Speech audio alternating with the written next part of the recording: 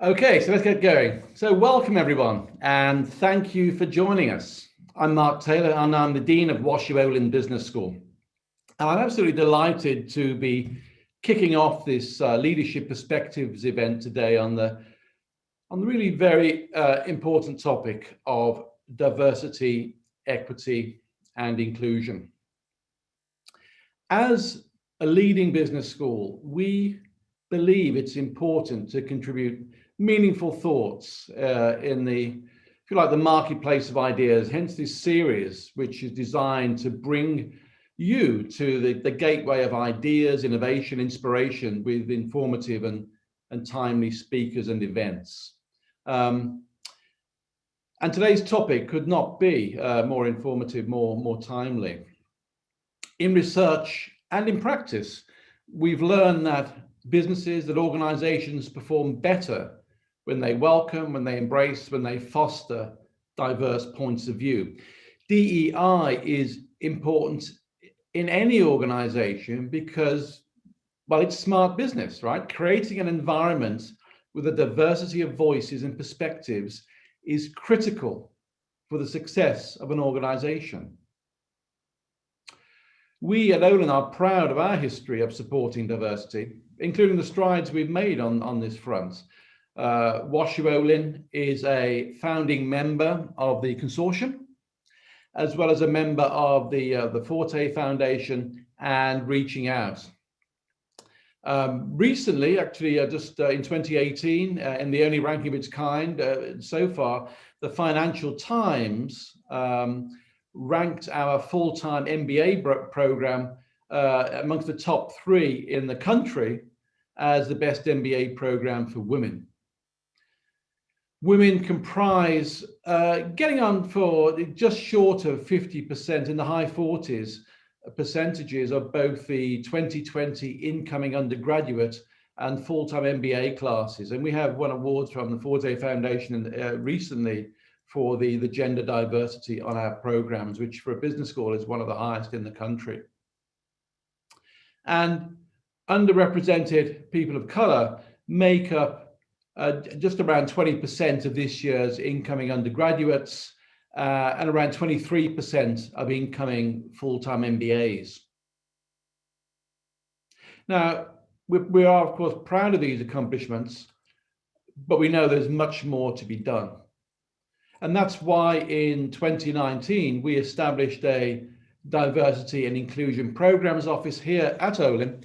And in addition, this summer, I initiated a task force to recommend ways we can live up to our values in and out of the classroom and develop a measurable strategic plan for diversity, equity, and inclusion across the school. And that task force is meeting right now. Okay, so in just a moment, we'll get to our keynote speaker. But first, let me explain the format of today's program. We're delighted to have a great speaker today, EMBA alumna, Joyce Trimuel, who will present her insights on today's topic. And after that, we'll transition to a question and answer session. If you'd like to submit a question, please send your question in the chat feature on your screen, right? And you can post your question to the entire group, or you can privately message your question to our co-host, Amy Hosford. And we will get to as many questions as we can during the session. Immediately following Joyce's presentation, please stay tuned for our very first leadership session with Stuart Bunderson, who's director of the Bauer Leadership Center, as well as the Bauer Professor of Organizational Ethics and Governance here at the school, and also with professional certified coach, Lara Heberlein. And together, Lara and Stuart will share some key elements of becoming an effective leader and how Olin is using this model to develop values-based, data-driven leaders, one of the hallmarks of an Olin education. Values-based, data-driven leaders who are out there to change the world for good. Okay, so let me now introduce you to Jackie Carter, who in turn will be introducing our speaker.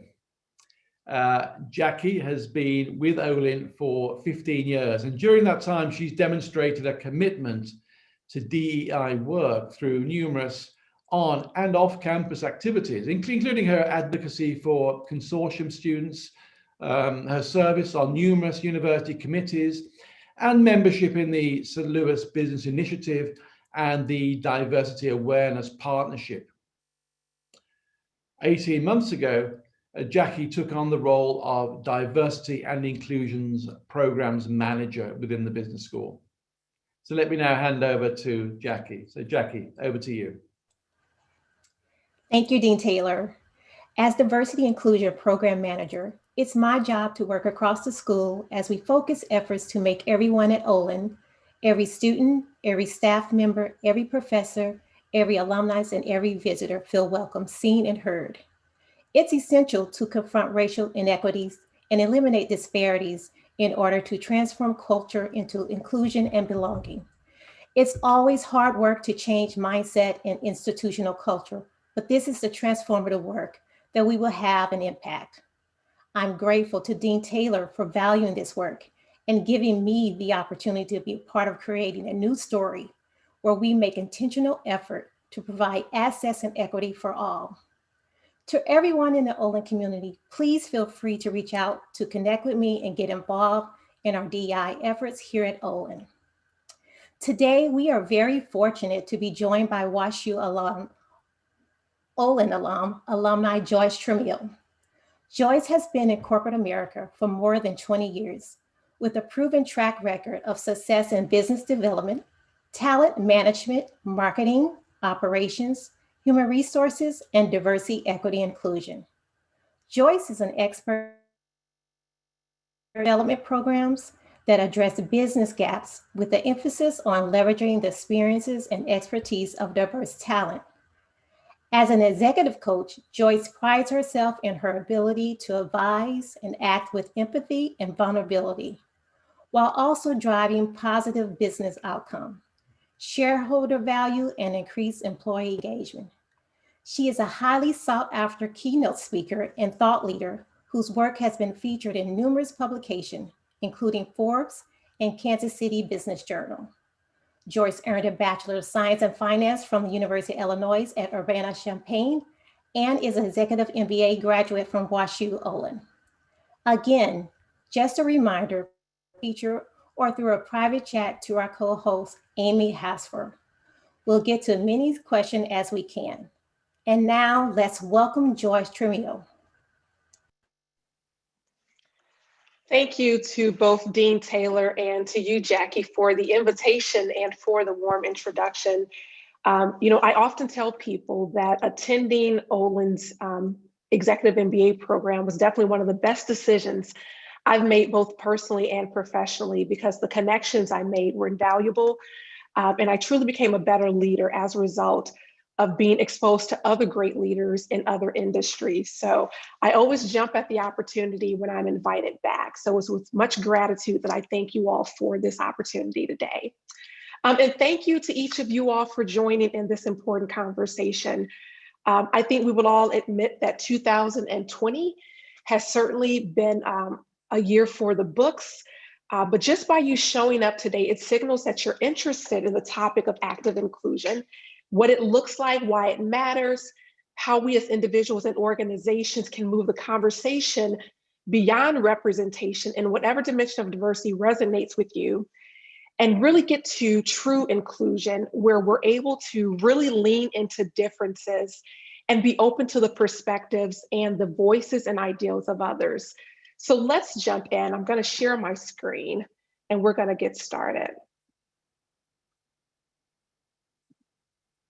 So our conversation today is going to be on active inclusion, with the focus of it being more than a seat at the table, because again, it's not just about the representation. While that is important, and Dean Taylor did a phenomenal job of outlining some of the important factors there, it's really about having a voice and being able to contribute in a fully engaged way. So I believe storytelling and reflections are a powerful way to really personalize our journeys and to connect with people. So that's where I'm going to start today. I'm going to start with my journey. And so for those of you all who may be active on social media, you perhaps have seen a campaign where it's pretty much entitled How It Started, meaning a picture, a reflection from the past versus how it's going today. So what does the current state look like? So I'm going to participate in the How's It Going challenge and share with you all how it started and then what it's looked like for me. But there's so much in between the young Joyce and the Joyce today, and it really resonates around how inclusion has really shaped and formed my career and perspective on the topic. So for starters, while Jackie was very gracious in her introduction, there are certain facts about me that may crystallize for you while active inclusion has such a personal meaning and it carries such a weight for me. And so for starters, I am a first generation college graduate from Chicago's Auburn Gresham neighborhood. So I grew up in a working middle class family where my dad owned a small trucking company and my mom was the office manager there for a number of years. I will admit, growing up, I had very limited exposure to corporate America and to the workforce beyond just having the desire to work downtown. I wanted to wear nice suits and pretty dresses, and I wanted to carry a Black Coach briefcase. That was my ideal of what the workforce and what corporate America was all about. So I'm incredibly grateful for programs like Inroads, which afforded me the opportunity to intern 2 summers while in undergrad. And it gave me the perspective, it gave me the access and exposure to a world that I knew very little about. And so upon entering the workforce, I was very naive in thinking that if I just did a good job, that it would be enough to keep my career going and moving forward. I honestly didn't understand the nuances and frankly, the politics that can sometimes and oftentimes exist in the workplace. But I'm eternally grateful and indebted to so many leaders along the way who saw potential in me and who ultimately became advocates and sponsors and really helped propel my career forward. I'll share with you 2 examples. One example of how I've experienced active inclusion, and another example of where the experience was completely different and can really be viewed as passive or even sometimes blatant exclusion. So the first example, I had one leader in particular who essentially took me under his wing and positioned me for success. So he was already at the table. He was in a position of influence and power, and he made room for me. So what did that look like? He provided me with access and exposure to other senior leaders. So by way of making sure that I was involved in highly visible cross-functional stretch assignments so that these other leaders could then see me in a business context. He provided me with balanced, thoughtful feedback. So sometimes, we always say feedback is a gift, and it truly is when it's balanced and you're able to really think through, how would I do something differently? How would I handle the situation in a different way for the next time? He also encouraged me to be myself. So in terms of understanding working in the financial services industry, it was very white male dominated. But he really encouraged me to find my voice and to find my footing and to do what worked for me in terms of being authentic and true to who I am. He also welcomed the things that made me uniquely different and uniquely qualified to do amazing work. So he gave me the room to grow while in the role. I will also say that he provided me with resources to be successful. So in terms of the professional development, the coaching, I had the tools to be successful and it was up to me to use them. And then I would say most importantly, my perspectives and my points of view were always sought after and encouraged. Now, it's not to say that I always knew the answer or that I was always right, but these were coachable moments where I became a more critical thinker and I learned how to use my voice in executive settings. And that is really critically important as you matriculate throughout your career. You need to be able to maneuver in different settings, whether it's with frontline employees or whether or not you're dealing with the C-suite. And this leader really gave me the foundation for that. Conversely, I've been on the other side of the equation where I had a completely opposite experience as it relates to inclusion. So again, I'm in a very influential role, very highly visible role.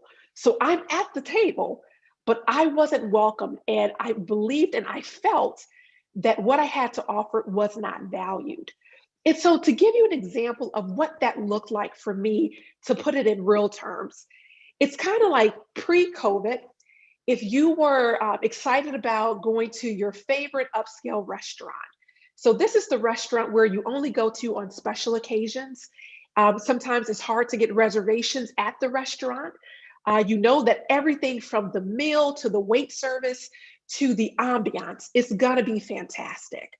So for me, the experience of the exclusion, so I'm at my favorite restaurant, I'm at the table, but everything leading after to being at the table didn't meet my expectations. So for example, the wait service was poor. My entree wasn't what I had desired. And so then in terms of how do you maneuver when you're at the table, but the situation isn't really what you desire, a couple things will happen. Sometimes you'll talk to the general manager in hopes that they can remedy the situation. Or if it's one of those situations where you're like, you know what, it's just better if we cut the meal short and leave. So I've been in that place where I had to make the decision, do I stay or do I cut the meal short and leave?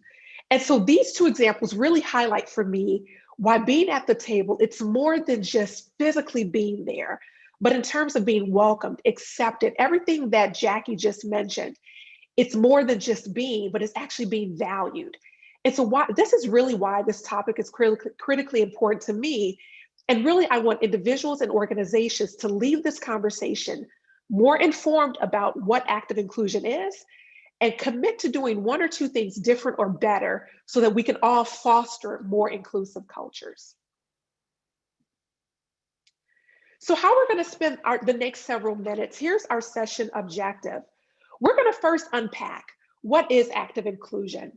We're going to talk about why this is important and using the phrase that Dean Taylor just mentioned, values-based, but as well as data-driven. We're going to talk about modeling active inclusion. So modeling the behavior that we truly want to see in our respective workforces and in our communities. We're going to talk a bit about when that doesn't happen and what the exclusion impact is. And then I always believe that there should be a collective call to action because there's something for all of us to do in terms of fostering an inclusive environment. So as we jump in terms of defining, what is active inclusion defined? And so as I was thinking about this topic, I reached out to my network of other DE&I practitioners. I reached out to my circle of friends, my personal board of directors, and I just had an informal conversation with these folks in terms of, in your words, define what is active inclusion. So I got a host of different phrases, different statements that resonated with folks, but these statements on the screen are the ones that came up most often. So you'll see words such as communication, you'll see acceptance, you'll see respected and heard, you'll see seen. But the one word that came up repeatedly was belonging. And it's ironic that even in Jackie's opening, she highlighted and talked a lot about belonging. We did compare notes. We didn't make this up to try to sync together, but it's interesting how belonging tends to come up often in a lot of conversations when you talk about inclusion, because again, it's the sense of actually being connected and a part of something bigger than yourself. So for the definition for purposes of today, this is how we're going to define active inclusion. It's going to be a sense of belonging where one is seen, valued, respected, and heard. So what does that really look like? When you say seen, so I'm physically at the table, but it goes beyond just me being physically there. It's about, am I being recognized? Am I being acknowledged for my unique contributions? Do people see the value in my difference? And I think this is incredibly important because oftentimes we will sometimes hear people say that, oh, I don't see, race, I don't see gender, I don't see whatever the dimension of diversity is. But it's important that we actually see each other for the differences that we bring, because again, that's where the collaboration, that's where the innovation, that's really where the magic happens, when we can see people for who they are. We then talk a little bit about valued. So in terms of how are my experiences, insights, how are they welcomed into the conversation? How are they welcomed into the room? Are you viewed as a contributor? Are you a part of the team? Do people notice when you're not there? Is your voice missing? Are you sought after? So really being valued, not just in terms of, so-and-so's a nice person, but do you appreciate the perspectives that I bring and the thought leadership that I can provide in terms of helping solve solutions? We then think about respected. Now, that's one thing that one would assume that, respect should be something that I know it's earned, but it's something that should be readily available to most folks. But really, when we talk about respected, are you admired for your unique skills and capabilities that you offer? Do people, again, view you in a favorable light where they're actually looking to engage, they're looking to hear from you because, again, you are important to the overall conversation? And then lastly, heard. Are your ideals wanted? Is your voice heard? Your perspectives being sought after? So really, when we think about belonging, let's keep in the forefront of our minds, are you seen, valued, respected, and then heard? So why is this important? Why should this matter to individuals and organizations? Again, going back to the premise of values-based and data-driven. I'm going to share with you some stats and information from a June 2020 study that was conducted by Coquille. Now, Coquille is a think tank formerly known as the Center for Talent Innovation, where over the summer, they surveyed nearly 4,000 college-educated professionals. The survey comprised of 24 questions that were used to calculate a belonging score. So the scores ranged from 0 to 10, and then the data was then further analyzed to really cut across several dimensions of diversity by way of gender, ethnicity, military status, ability, and so forth. One of the key findings from this engagement was the fact that belonging was signaled as a positive career indicator. So again, while there's value-based reasons as to why this work is important, there's also the behind the scenes in terms of the data piece. So I'm going to share with you some of the stats from this 2020 study from Coquille. Professionals in the highest quartile of the belonging score are far more likely than those in the lowest to say such things as feeling engaged at work. So of that particular statement, 97% said that when I have a sense of belonging, when I feel as if I'm a part of the team, I definitely am much more engaged. So 97% versus the lowest score of 54%. Now, why does this matter? It's one thing to, go to work every day, but it's another thing to actually be fully engaged and to give that discretionary effort. So what is that? It's really all about going above and beyond to do your job incredibly well, to contribute your best, because again, you're fully engaged, you're dialed in, and you are excited about what you're doing and your contributions to the work. The second stat was around loyalty. So of the same data set, 93% scored who felt belonging scored at 93% versus those who scored in the lower quartile at 35%. So why is this important? You think about if you're in an HR department, attrition and employee retention is something that you look at. Even if you are a consumer goods manufacturer, you're thinking about customer loyalty, you're thinking about employee loyalty. So it's really important that individuals not only are contributing, but that they're also loyal to the organization. And those that have a sense of belonging from this study certainly scored out much higher than those who did not have a sense of belonging. The third data point in terms of would you recommend this organization and company to your friends to come and work for? So in terms of brand recognition, what has your experience been at the organization? So by way of looking and being interested in others joining the organization because your experience has been so favorable.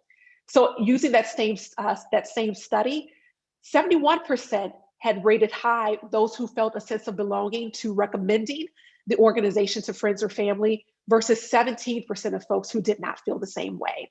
So those three data points really capture why, from a financial standpoint, this is important. But then taking a step back, even outside of just the finances, because there's more to financial impact to organizations when you think about belonging. you also think about the innovation and the collaboration.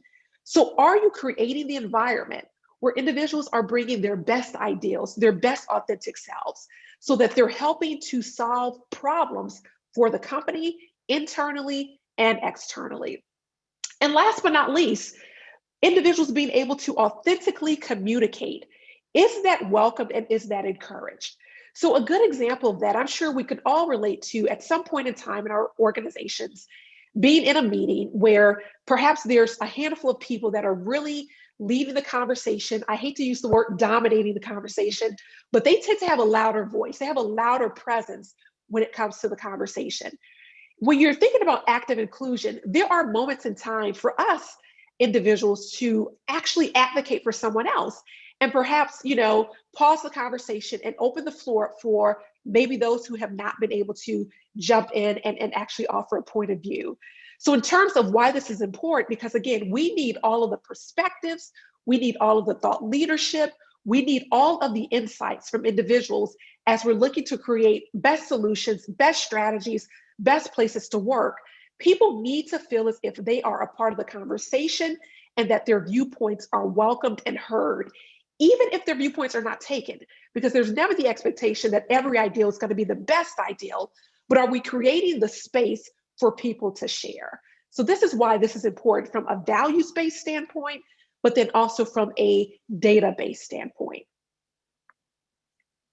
So as we move the conversation along, how then do we model this behavior of active inclusion?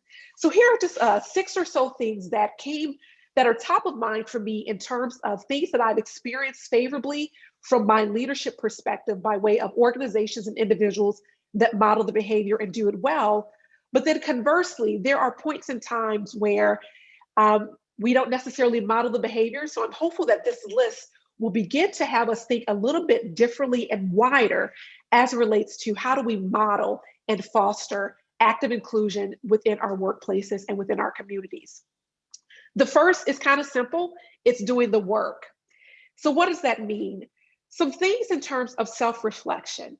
So by way of really being self-aware enough to know how you are showing up relative to, are you fostering an inclusion of an atmosphere of inclusion? Are you one that's looking to get the perspectives of others?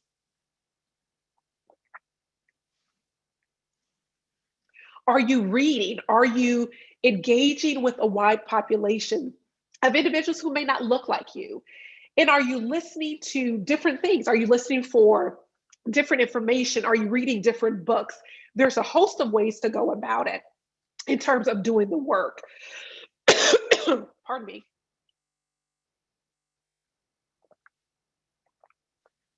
And so it's important that there's so many resources that are available to all of us nowadays as it relates to free studies, free certifications. There's Google, there's a lot of ways and places to get information, but it's really going to be incumbent upon each of us to actually do the work. Secondly, active listening. No one has all the answers. Although I've spent time in the diversity, equity, and inclusion space, I do not believe that I have all the answers. I know that I don't have all the answers. I have all the questions.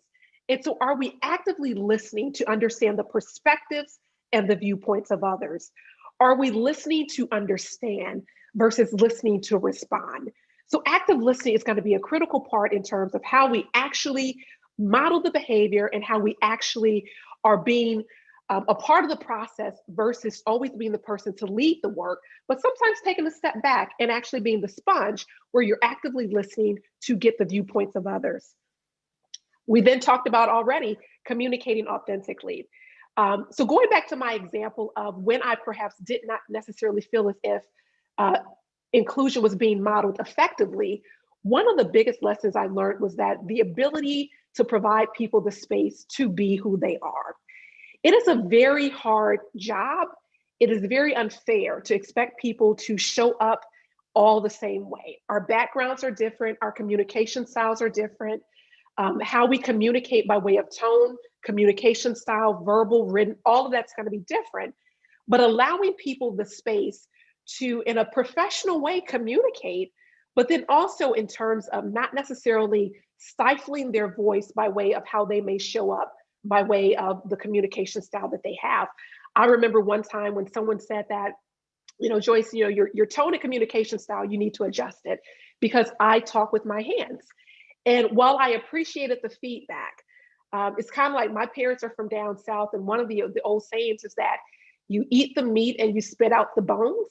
So that's an example of where you take the information that you need and you make the appropriate adjustments, but you don't internalize all of what's being communicated to you.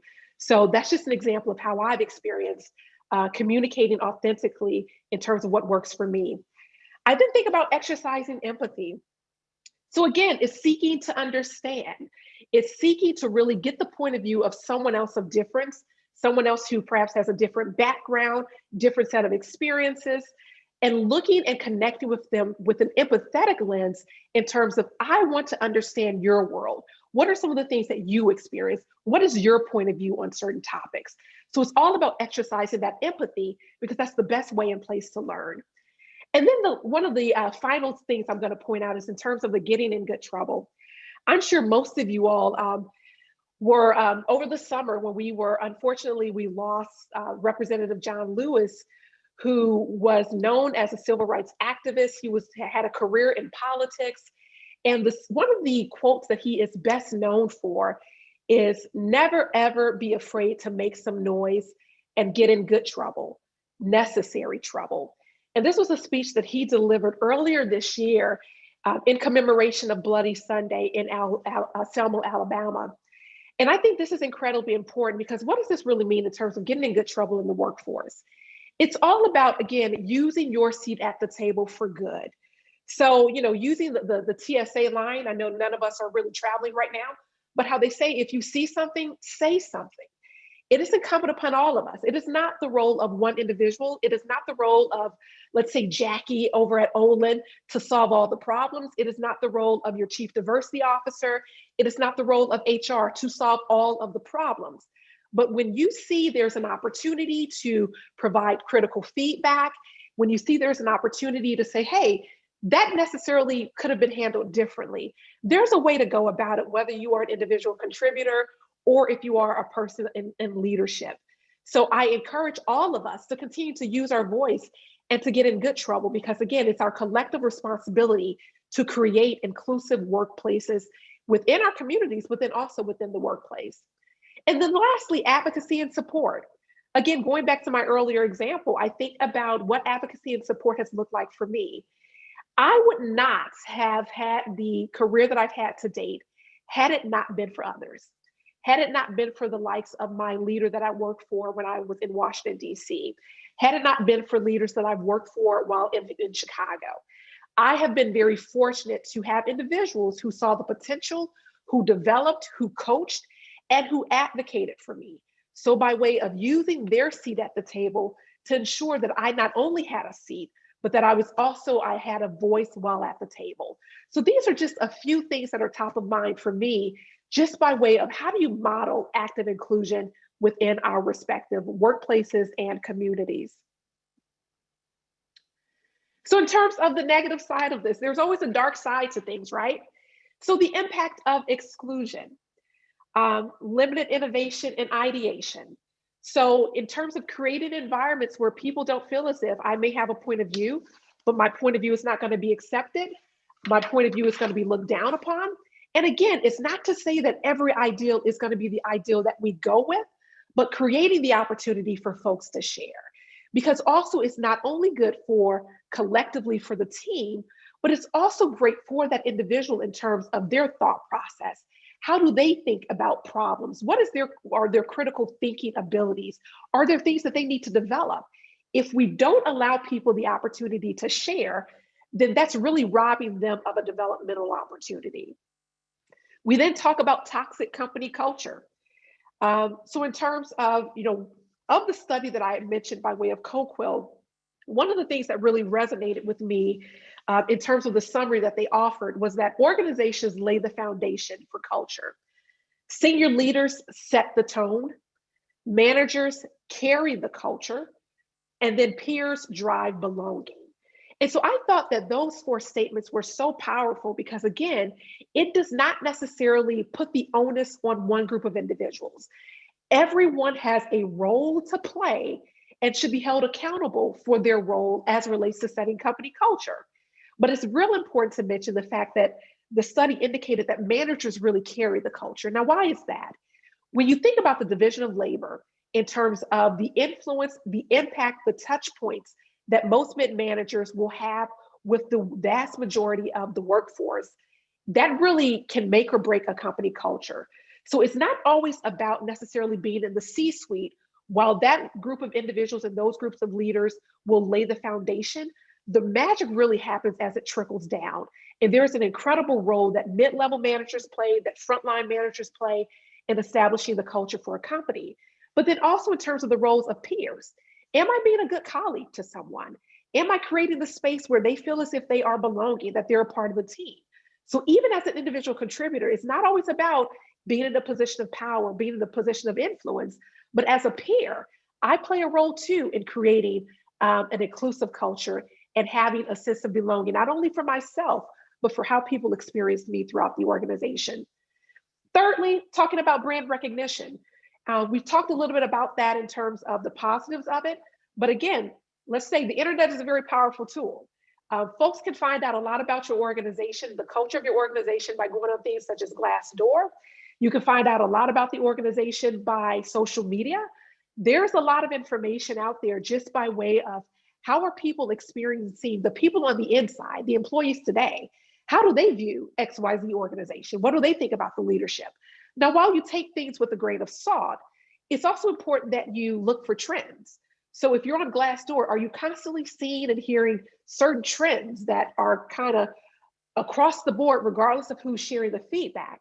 So the impact of exclusion can also be very detrimental to folks being interested in coming to an organization, as well as to just the overall brand recognition of a company. You then think about the negative financial impacts. Again, going back to, while it's value-based and data-based, there's a lot of data out there that talks through in terms of financially, organizations are in a much worse spot when individuals and cultures are not inclusive. So by way of creating the space for organizations and for individuals to ideate, to innovate, to show up well, financially, this is a good business practice, and it's good for business, and it's necessary for business to actually facilitate an active and inclusive environment. And then last but not least, the obvious, employees will leave. The hard truth, and I think sometimes we have to come to the realization that employees, unlike my parents who grew up in a different generation, grew up in a different point of time, where if you got a good job, you tend to stay there. Nowadays, individuals will have many life cycles of their career. People are okay with pivoting. The number of individuals that I'm coaching right now that are actually, even in a global pandemic, are making career pivots. People are willing to take the risk and the bet on themselves. So I think it's really, it's not realistic for organizations to think that culture doesn't matter, people won't leave, because in fact they will. So what is our collective call to action? I'm going to quickly go through, again, some of this may be repetitive in terms of some of the things that I outlined on the modeling active inclusion, but I think it's important that we highlight it again, because of these 6, I would love for you all to leave with one thing that you're going to do different, better. And if it's something that's not listed on this list that you feel that, you know what, Joyce, this is important, then we could certainly incorporate that as well. So the first thing we talked about is accountability. What gets measured gets done. So in terms of holding yourselves accountable, holding each other accountable for actually creating the type of work environment that is conducive for all the things positive related to company culture, to improving the finances of an organization, and to employees feeling as if they can be their true authentic selves. So when we see this behavior not happening, there is a way for us to respectfully have the conversation, to ask the question, and to really advocate for others in terms of the accountability from leadership all the way down to frontline. Widening your networks. I enjoy getting to know different people. I enjoy new things.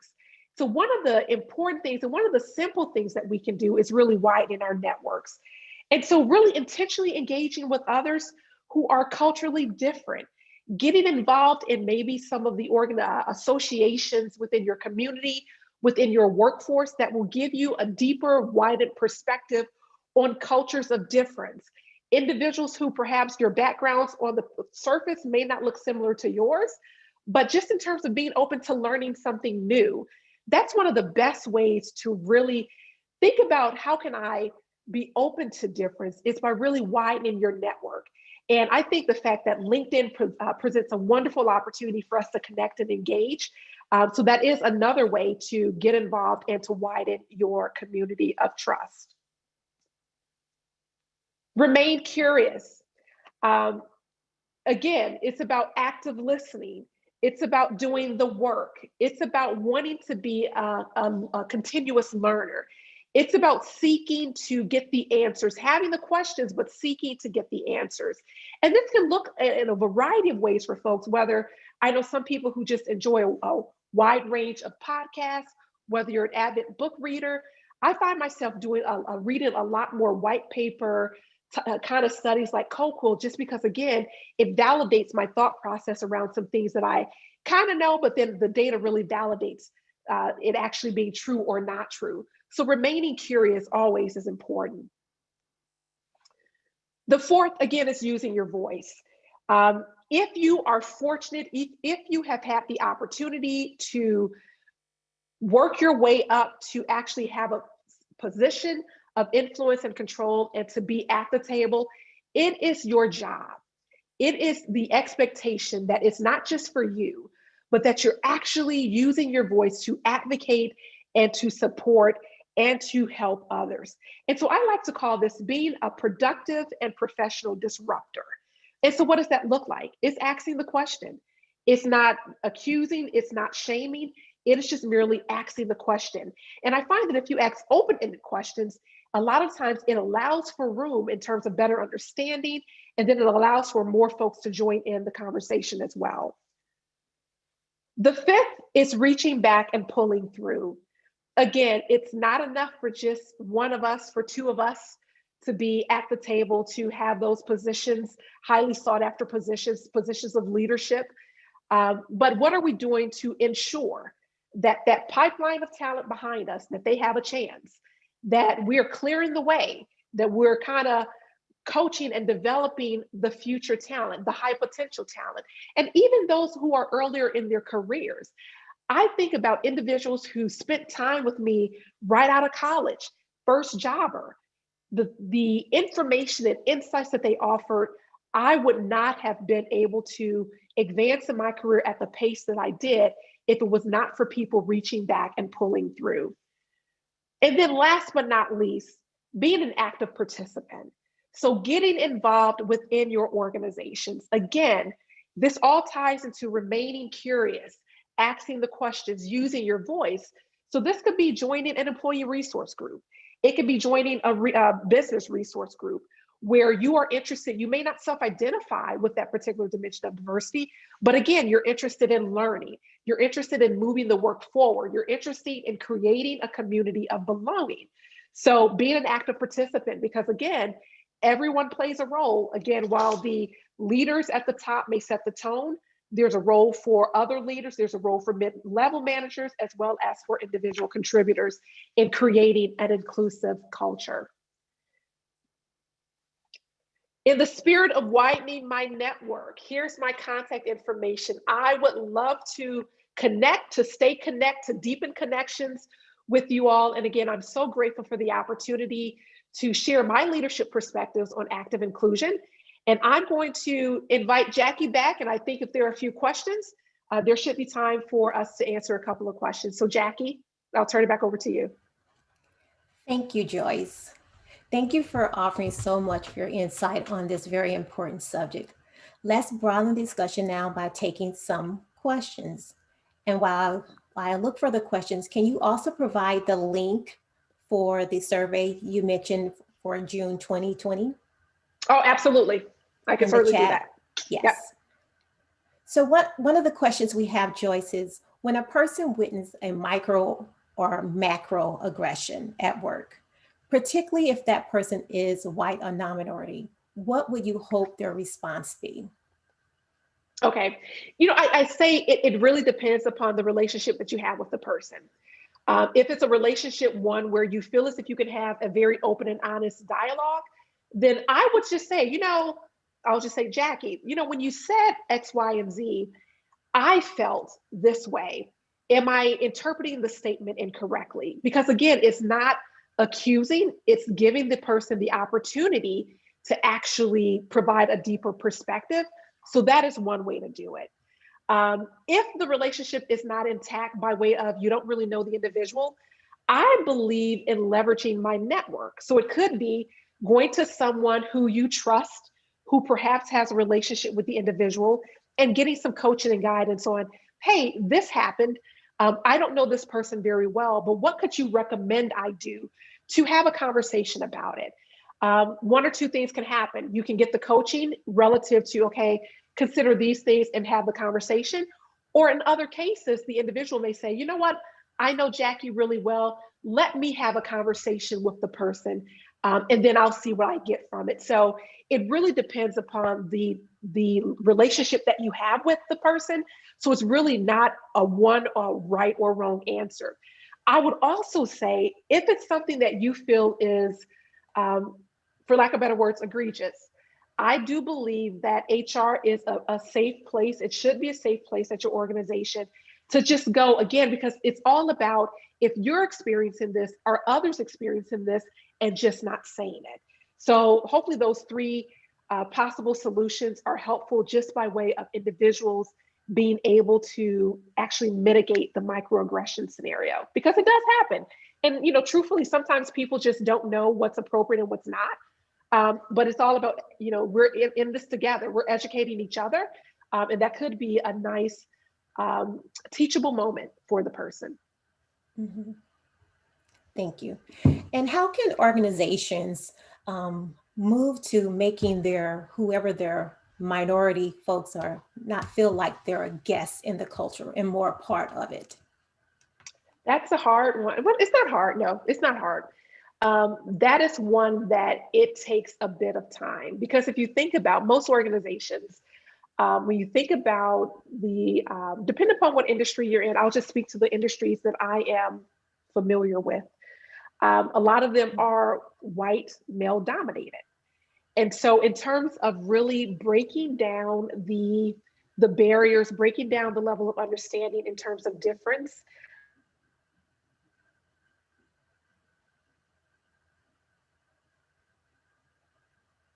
that takes a little bit of belief that it's important that when you think about this work, a lot of organizations, what we're seeing today is that everyone's hiring a chief diversity officer.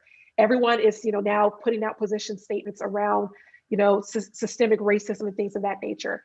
But what are we doing to actually develop leaders? I think oftentimes we do a good job of making people leaders who are subject matter experts in a topic by way of, I'm good at generating revenue. But what have we done to really develop leaders to lead inclusively? And so my thing is, without really getting to the root of the issue, a lot of times it is not a people issue, it's a leadership issue. It's a lack of good leadership. And so it's all about, how do we get to the point of really addressing the leadership issue within an organization? Because if you address that, you will get to, okay, how am I leading more inclusively? How am I showing up so that whether or not I am African-American, Black, Latinx, Asian, whatever the dimension is, that I am leading inclusively? So, I know this is hopefully I'm answering the question, but, it goes back to the leadership piece of it. But in the meantime, how do you deal with it as a person of color, as a Black person, as a Black woman? It's all about, for me, I enjoy connecting with people, even if it's uncomfortable for myself initially. So just by way of, creating those moments in time where I'm expanding my network, so that maybe Bob is not the one who's going to proactively reach out to Joyce and say, hey, let's grab coffee or lunch. But I'm the one saying, hey, you know what, Bob, I've noticed this about your career and I'm interested in learning more. The thing that we need to realize is that it's a relationship business. If you want to be successful, you have to figure out a way to develop and build relationships. And the harsh reality is, a lot of times in my career, I was doing the work. I had to be the one to reach out. I had to be the one to engage. And initially, it's kind of like, I feel as if it's always me, but I'm also smart enough to know that if I want to get ahead, that I'm going to have to know the right people, do a good job, but I'm also going to have to know the right people. And so by way of fostering those relationships, even if it's a little bit more work for you as a person of color to do it, because at the end of the day, I hate to say, a lot of times in the workplace, it's somewhat of a game. And whether or not you decide to play the game is happening. So you have to decide the type of career that you want and what you're willing to do to get there. But I think it's a balance of both. You need the leadership to address the leadership issues, but what you can do in the meantime is work your plan, connect with people, get your name out there, get on stretch assignments. Because again, it's important that you do your job well, but it's incredibly important that you're well connected and that you have access and exposure to, let's just say, the people of influence and the people at the table. Great question, though. Thank you for that. Thank you. How do you encourage your department to embrace active inclusion and even engage in anti-racism, even if the leadership of others might find it problematic, and without falling into tokenism? That is a loaded question. You all have some yes. good ones. Okay, so give me that one again, because there was a couple parts. So let's take it one by one. How do you get your team or department to embrace active inclusion and engage in anti-racism? Okay. So the active inclusion piece, I would honestly use some of the tips that I offered by way of creating the space for people to communicate authentically. So when you're in a department meeting, a team meeting, and you see that the voices and perspectives of everyone may not be at the table, there is a way to kind of pause the conversation and just say, hey, let's take a step back and make sure that we're hearing from everyone. So just small things like that. Again, it's not singling, it's not if you're not talking, it's not like, well, Jackie, what do you think? But it's giving people an opportunity to jump in. And I always use the analogy, it's kind of like double dutch. Now, I grew up in a time where we jumped double dutch for hours at a time. And it's all about getting in the rope. And so sometimes it's harder for individuals to get in the rope. And so when you kind of do that pause, you're creating a space, you're pausing, and you're letting someone get in the rope. So that's one way in terms of creating active inclusion, is to really foster the culture that everyone is able and encouraged to contribute. Also in terms of, I have found it very beneficial. I've had to work on this in terms of sharing things about myself that people don't know. So just by way of what I shared with you all at the onset, a little bit about my family, a little bit about my upbringing. At the end of the day, I find that people are able to, when you share things about yourself, they're much more likely to then, like, it kind of diffuses. It then gets into the, okay, I'm going to share something about me. And a lot of times you're going to learn that there's some commonality along the way that you perhaps would not have known just by looking at someone with, let's say, the visible things that we can honestly see. So that was the first question. The second question was on anti-racism and how you bring it up, or? Yes. Okay. Engage in anti-racism. Yeah, you know what? I think a lot of times it's a function of just creating awareness. I would say, we can read all the books in the world. I think there's some great literature out there. There's some great podcasts. But sometimes it's all about how do you just begin the conversation. And it could be, I know a lot of organizations now are having these real talk conversations where they're hearing the perspective of individuals of difference, that in terms of how they are, the things that we are seeing in the society now by way of, you just name the event, you name the event that we've experienced this year, and creating the space for people to actually share their perspective and how that resonates with them, potentially personally and or within their communities. So I think just in terms of having those communications where people can share their backgrounds and experiences is one way. In terms of doing the other work by way of, how do we solve for, systemic racism within our organizations? That's one of the things where organizations have to decide. Just like with any other business challenge, I think about if I'm a business leader and I want to grow this particular product line, this particular segment, I put resources behind it and we get it done. The same holds true for this. The same holds true for racism in the workforce. Organizations have to want to do it. So it's a function of what are leaders holding themselves accountable to? What are they willing to do? Because oftentimes it's going to require some change. It's going to require change at the top, and it's going to require change throughout the organization. So I know, I don't have like the answer for, you do these two things and it's going to solve everything. Yeah. But it's really about what is the leadership commitment and what resources are they willing to put behind it? If you're not seeing commitment and resources, then I kind of question their level of commitment to solving the problem. You see, I got so worked up, my AirPod came out. But I do believe it starts with their commitment and the resources and their willingness to hold themselves accountable to do it. Yeah. Well, thank you, Joyce. We have a lot of questions that unfortunately we can't get to today. It's time for us to wrap up. But thank you so much for being with us this afternoon. And you are a true representation that once Olin, always Olin. Always Olin. We hope each of you have enjoyed today's discussion and are walking away and change. And as Joyce shared her contact, I'm sure she'll welcome any contact from each one of us. And this is recorded. So following this event, you will receive an email with a survey. I'm sorry, my screen was taken over.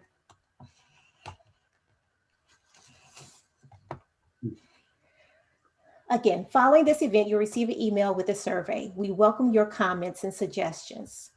Please note the slides rolling on the screen now. If you're interested in engaging with Olin through any of the following offices, we encourage you to capture their contact information and reach out to Ruthie Piles of the Graduate Programs, Dorothy Kittner, Office of Business Development, Jennifer Witten, Weston Career Center, Sean Martin, Olin Advancement, Michelle Ralston, Olin Executive Development.